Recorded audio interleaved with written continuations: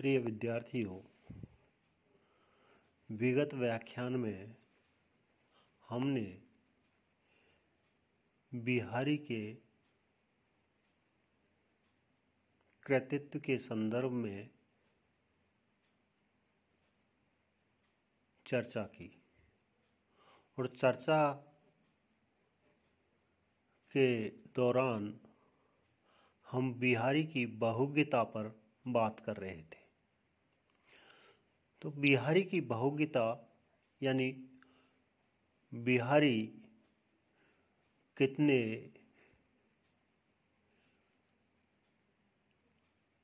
प्रकार से अपनी बात कह सकते थे,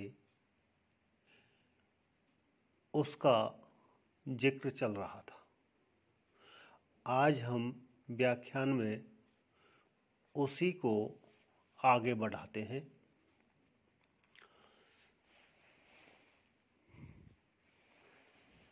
जैसा कि आप सभी जानते हैं कि कवि या लेखक अपने समाज से ही सामग्री ग्रहण करता है और उसे अपनी अनुभूति से रंजित करके समाज को लौटा देता है।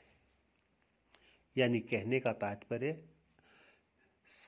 लेखक या कवि समाज का प्रत्यक्षदर्शी होता है और प्रत्यक्षदर्शी होने के साथ साथ जो समाज में उस समय चल रहा होता है उस पर उसकी पैनी नज़र रहती है, जिससे वह आलोडित विलोडित होता रहता है। यानी उसके मन में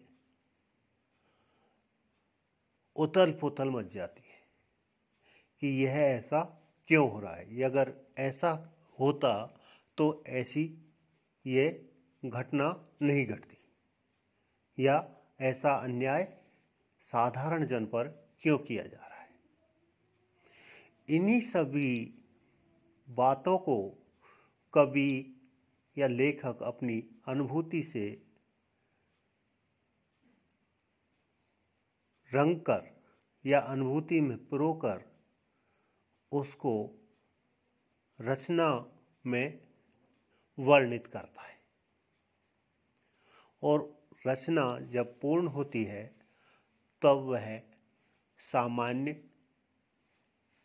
जन यानी पाठक और श्रोता के मध्य में जाती है। तब पता चलता है कि कवि का जीवन दर्शन संबंधी ज्ञान कितना गहरा है या उथला है। तो मैं बात कर रहा था बिहारी के जीवन दर्शन पर, जिसमें कवि का हृदय अपने अनुभव, पर्यवेक्षण, अध्ययन और लोक साधना की व्यापकता के कारण जिन निष्कर्षों पर पहुंचता है वे ही व्यावहारिक दर्शन का सच्चा स्वरूप प्रस्तुत करते हैं। बिहारी जिंदा दिल थे और जीवन को रोते बिसुरते नहीं, हंसते हंसते बिताना पसंद करते थे। वे रसिक थे, किंतु उनकी रसिकता का आधार विलासता नहीं, कला प्रियता है। वे उस व्यक्ति को सुखी मानते हैं जिसकी आवश्यकताएं न्यूनतम हैं। संपत्ति उनकी दृष्टि में अवगुण भरी है, इसलिए वे उसकी नहीं, अपने काम चलते रहने की और इज्जत रह जाने की परवाह ही करते हैं। साथ साथ बिहारी संपत्ति के संदर्भ में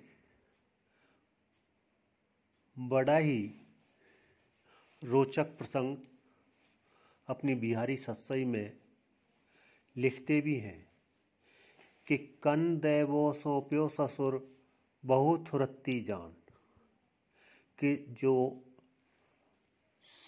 संकुचित वृत्ति वाला ससुर था, उसने अपनी नई बहू को, जो नवोढ़ा पुत्रवधू आई है, उसको कन देना यानी भिक्षा मांगने वालों को चून देना या अनाज देना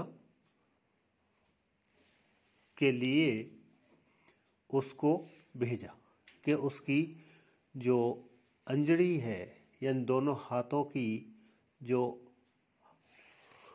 अंजलि बनती है, तो उसमें कम अनाज जाएगा।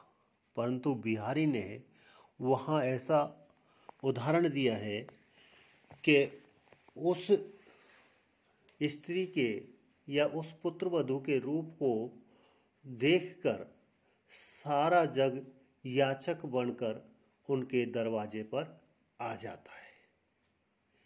इस प्रकार बिहारी अपनी प्रतिभा से किसी भी बात को ऐसी रोचक तरीके से प्रस्तुत करते हैं जिससे पाठक वर्ग है वो आनंदित हो उठता है। जिस प्रकार दूसरा उदाहरण मैं आपको बताऊं कि कितने ही अवगुण करे वैने चढ़ती बार, एक भीजे चहल परे बूढ़े बहे हजार। यानी बिहारी कहते हैं कि जो किशोर अवस्था है वह अवगुणों की खान है।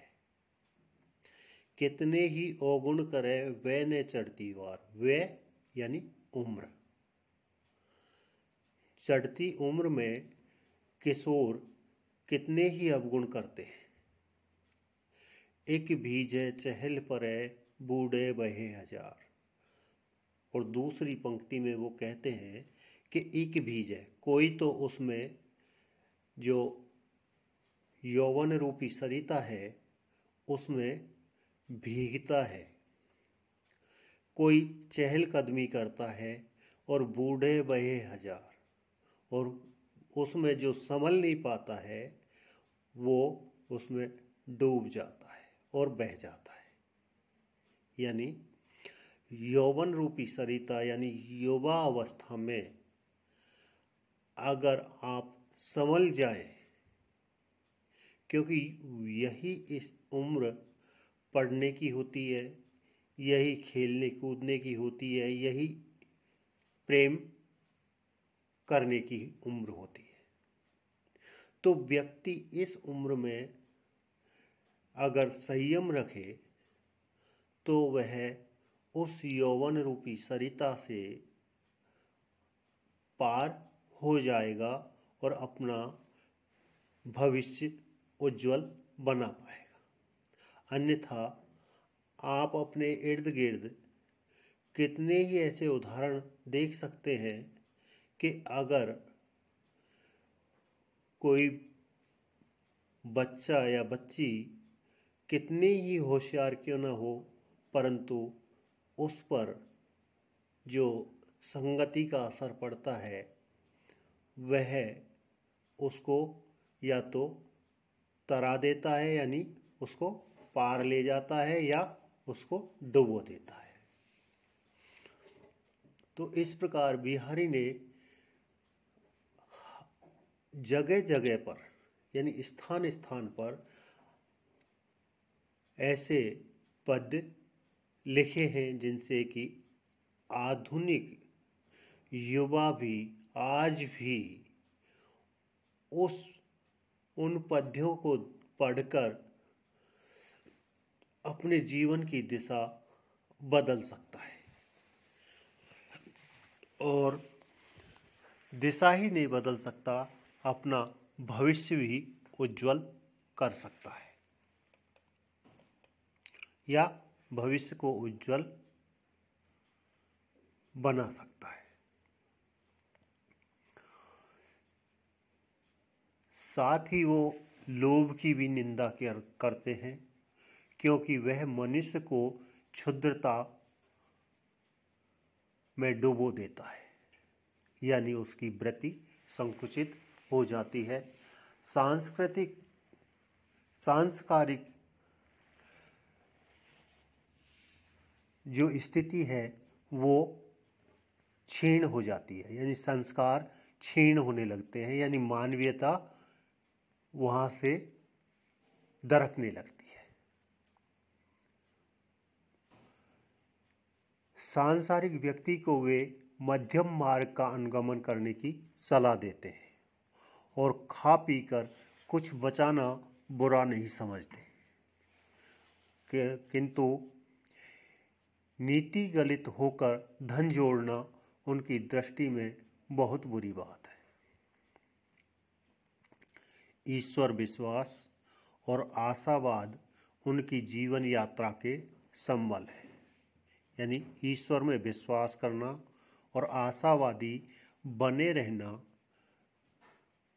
ही उनके लिए अच्छा माना है, यानी आशावादी बने रहना ही जीवन को आगे बढ़ाना है।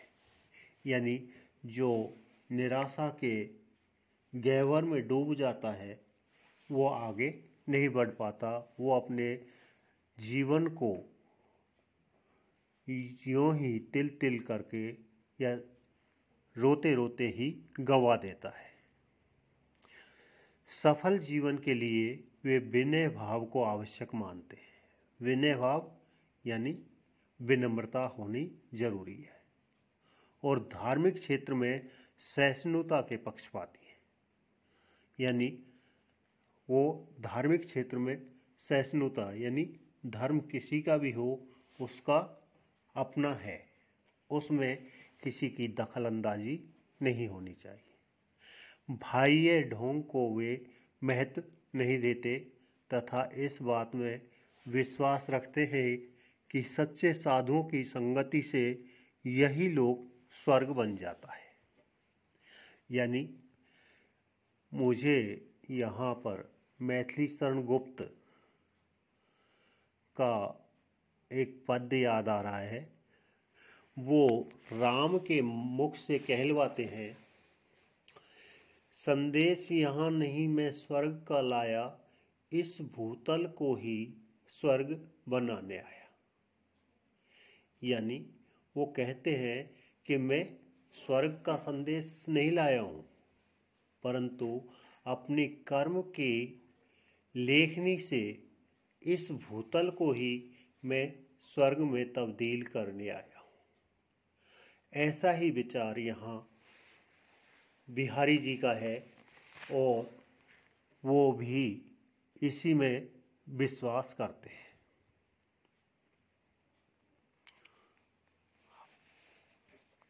आज बस इतना ही। धन्यवाद।